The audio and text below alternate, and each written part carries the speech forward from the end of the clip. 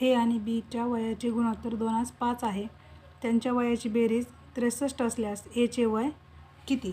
मग बघा गुणोत्तर काय दिले आपल्याला, ए यास बीचं गुणोत्तर किती आहे, 2:5. मग आपण काय करणार, एला ए बरोबर 2x, बी बरोबर 5x, यांची बेरीज किती आहे 63.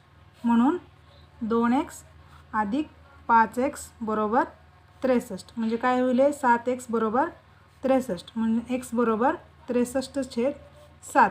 x बरोबर 7 × 7 7 × 9 63. म्हणून x बरोबर 9. तर आपल्याला काढायचे काय, एचं वय.